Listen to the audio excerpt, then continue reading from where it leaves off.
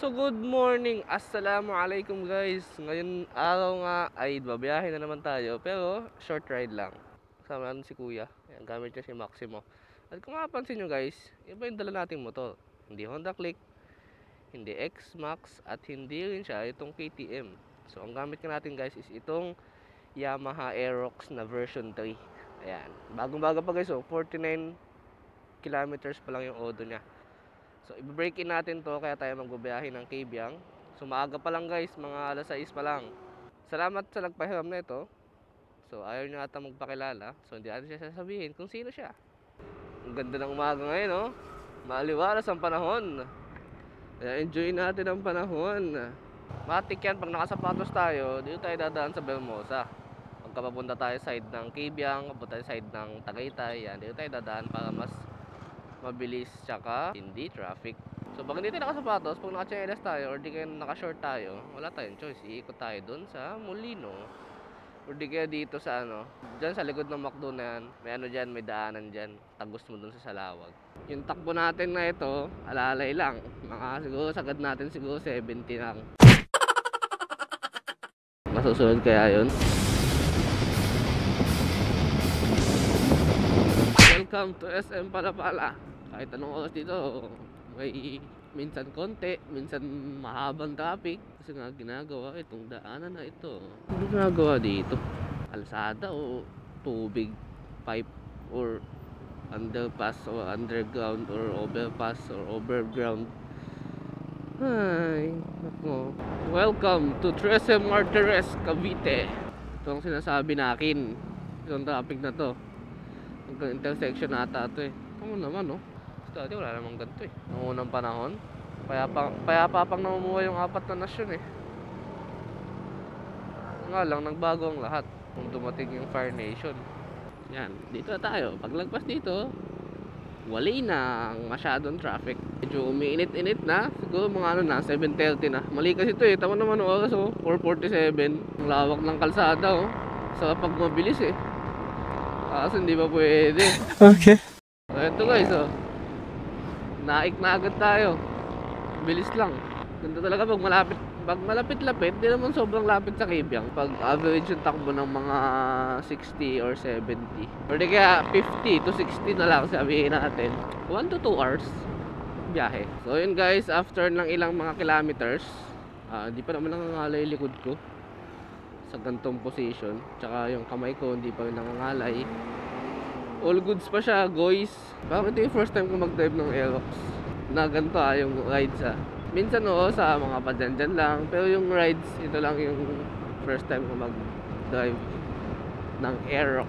So wala pa tong pangalan guys eh. Itong motor na to, wala pa tong pangalan. Tapos tinatanong ako, ano pwede pangalan dito. So suggest nga kayo guys kung ano magandang ipangalan dito sa Aerox na to. Ano to eh, ito yung Aerox na version 3, color black, na may touch of blue. Anong klaseng blue ba yun? Light blue, navy blue, or kung anong blue. Basta yun. So baka may maisip kayo pangalan guys na ibibigay dito para mapangalanan na natin to. Hindi naman sa atin to eh. So yun guys, Maragondon na tayo. Parang nagbago yung signage nila. Nakalagay doon, welcome Maragondon. Hindi yun yung dati. Yung may arko na hindi na mabasa. Medyo malapit-lapit na tayong umakyat ng bundoking. Bali mangyayari siguro, ay hindi, mangyayari na ito. May dalawa na tayong video ng Kabyang sa channel natin. Yung una, tsaka ito. Pag nakita nyo na itong mga signage na to, ayan, ayan. Kakanan kayo, turn natin, Nasugbo. Sa turn natin, Nasugbo tayo, dadaan. So andito na naman yung tulay na gustong gusto kong makita talaga eh. Pero ba't gustong gusto ko talaga makita itong tulay na to? Maganda talaga siya pag sunrise, pero hindi ko talaga siya maabutan ng sunrise. Ito dito po, ayan, ang ganda dyan oh. Ganda sana magpalipad ng drone dito kung may drone tayo eh, pero wala pa tayong drone. Sundan nyo lang guys yung National Highway. Ayun lang naman yun eh. Tsaka may mga signage naman, kaya hindi rin kayo talaga malilito. Minsan dito may checkpoint. Kung kumpleto naman kayo, okay lang. Pero pag kumpleto kayo sa violation, yun lang. Ganda oh. Papaligiran na naman ako ng mga kulay green. Parang kailan lamang. 101 kilometers na. Natakbo ng motor na to. Ito na, paakit na tayo guys ng bundok. Goy! Ala! Ah! Kalapate! Takte, ang sarap i-banking nito man. Ang gaang. So ito guys yung Aerox. Ganda di ba? May mga kasa markings pa yan. Bagong bago, idol. Ayun o. Blue. Black. Solid. For this station. Lakas lang ng looban baon. Tapos 102 kilometers na yung tinatakbo niya. Pag nag 500 to, i-change oil natin. So let's go boy. Quick almusal lang. Akit na tayo ng tunnel. Dito tayo kumain, no? Anong pangalan na ito? Monkey House. So kahit gantong oras guys, kahit gantong oras guys, mga 9, mga 8, mga 10, yung init niya hindi sobrang init talaga. Kasi nga mapuno, tapos malakas yung hangin, taas ka ng bundok. Ganda pag madaming puno eh. Yun lang ang tagtag na ito.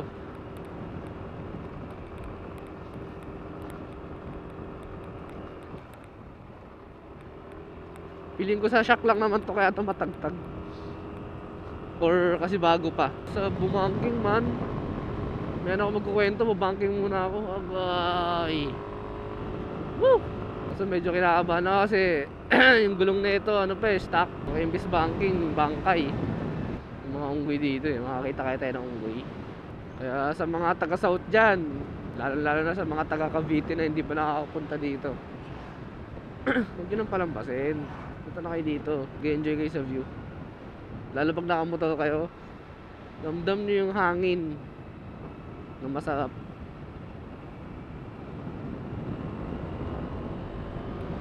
Kaso siguro, unggoy oh.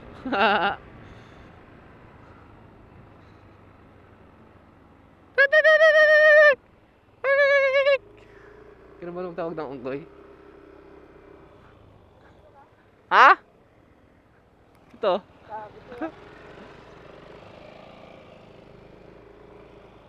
Uy! Hi!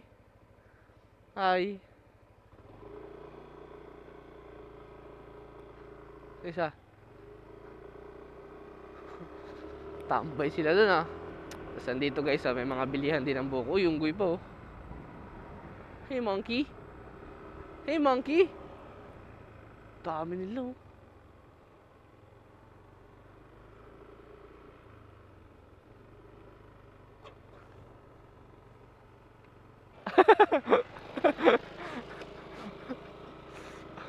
Pasok ko na sa compartment. Kasyang-kasyan dyan sa X-Max. So ito dito guys, iliko tayo sa kaliwa. Ayun o, Cabyang Tunnel. Kaliwa. Dito yung ano, may mga kampo ng sundalo. Lamig din eh. Woohoo!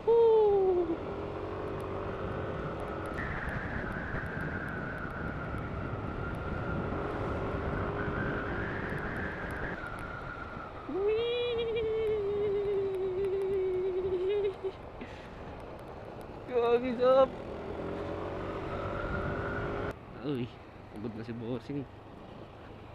Uy, tabi. Sa amin aso lang dito, unggoy. Unggoy nasa kalsada eh.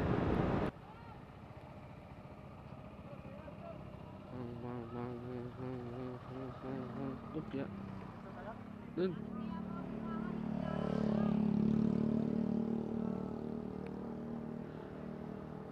Yes sir. Tara, pasok tayo sa tunnel. Cabyang Tunnel. Let's go. Ding.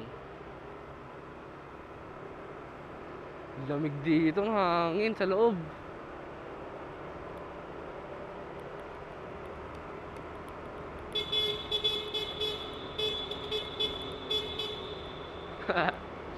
Kailangan ba nun? Bumupusina dito.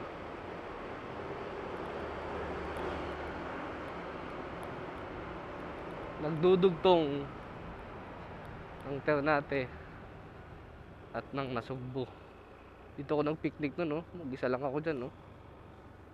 Gabing gabi. Ayos. So, dahil dun guys, iikot tayo ng Nasugbu. Sa Tagaytay tayo dadaan mamaya, pauwi. Hindi tayo babalik. Kasi last time, bumalik lang tayo.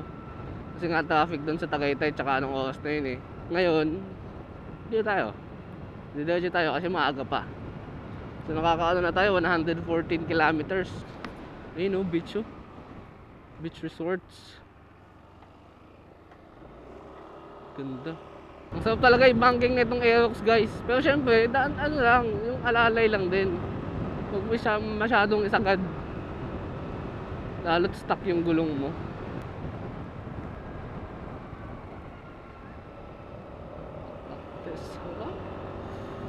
Woo!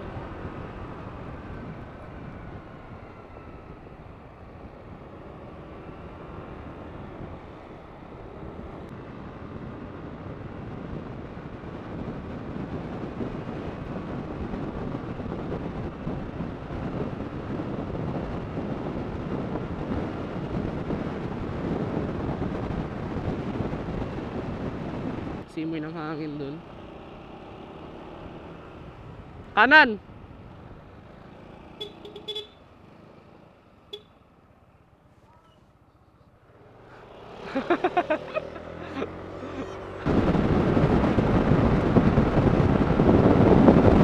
Pwede yan. Diyan ka lang oh. Sa daan. Picturean kita. Dito ako. Isa-isa lang tayo. Ikaw muna. Okay na? Okay na yan. Guys, bayan na to. Tapos nang maliligayang bangkingan natin. Isa sa mga dahilan kung ba't ayoko talagang umiikot. Mas gusto kong bumabalik ako dun sa Ternate. Dahil dito, awit. Tapos gantong oras pa. Ang init talaga, man. Ayun guys, malapit na tayo sa Tagaytay. Ang senyales, lumalamig na ulit. Dilim nung kanina oh. Buti lang hindi mapunta dito yung dilim. Wala tayong mga kapote idol. Ito na, thank you, come again. Maligayang paglalakbay, salamat po. Okay, tapos na ang Batangas. So far so good yung Aerox na to. Dati alam nyo ba guys, hater ako ng Aerox talaga. Kasi hindi ko talaga siya gusto. Pero ngayon natutuwa ako gamitin eh. Kasi gusto ko dati talaga ADB. Yun lang talaga. Tapos dito tayo dadaan ngayon guys doon sa may pa Calax na daanan. Pero hindi sa Calax pero yung way doon, yun doon tayo dadaan. Suggest nga kayo guys kung saan magandang mag-ride sa susunod. Yung malayo-layo. Kasi ngayon dito muna tayo kasi kagaling lang natin ng Leyte. Masyado pang Makati yun eh. Yung mga pa-north naman, pa-north. Comment lang kayo guys, baka may masuggest kayo. May nasa isip naman ako pero hindi pa sure eh. Mga 50-50 pa yun eh.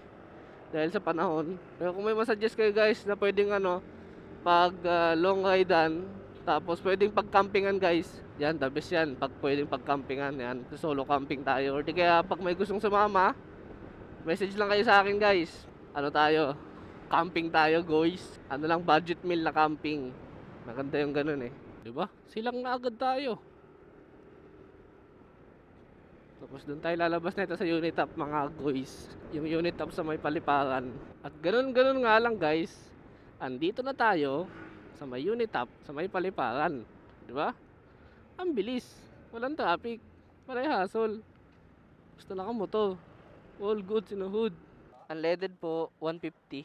So, shoutout muna tayo guys habang nagpapagas tayo. Unahin natin si RJ Del Monte. Shoutout sa Binakayan Kawit from family Panganod/Del Monte. Bossing, sa susunod dapat may drone ka para mas okay mga vlog mo at aabangan ko sa susunod. Next naman natin is si George Miko Partosa. Pa-shoutout idol, magkalapit lang kayo ng lugar sa asawa ko, taga-ingan siya. Next naman natin si Clifford Saligo. Shoutout Dol. Yan. Next naman natin is si Kenny Mark Tabaw. Boss, pa-shoutout Tabaw family from Tacloban City. Ingat loads. And next naman natin si Jeric Sumakot. Shoutout DI Master from Matalom, Leyte. Pero dito ko sa Novaliches, Quezon ngayon. Ride safe palagi, Master. Ayan, thank you ulit sa inyo guys sa pagsuporta. So ayun guys, dito ko na lang tatapusin tong ating vlog. Nandito na tayo sa may Vermosa ngayon. So malapit na tayo sa bahay. So maraming salamat sa sumama sa atin sa pag-break in na itong motor na naging hard break in.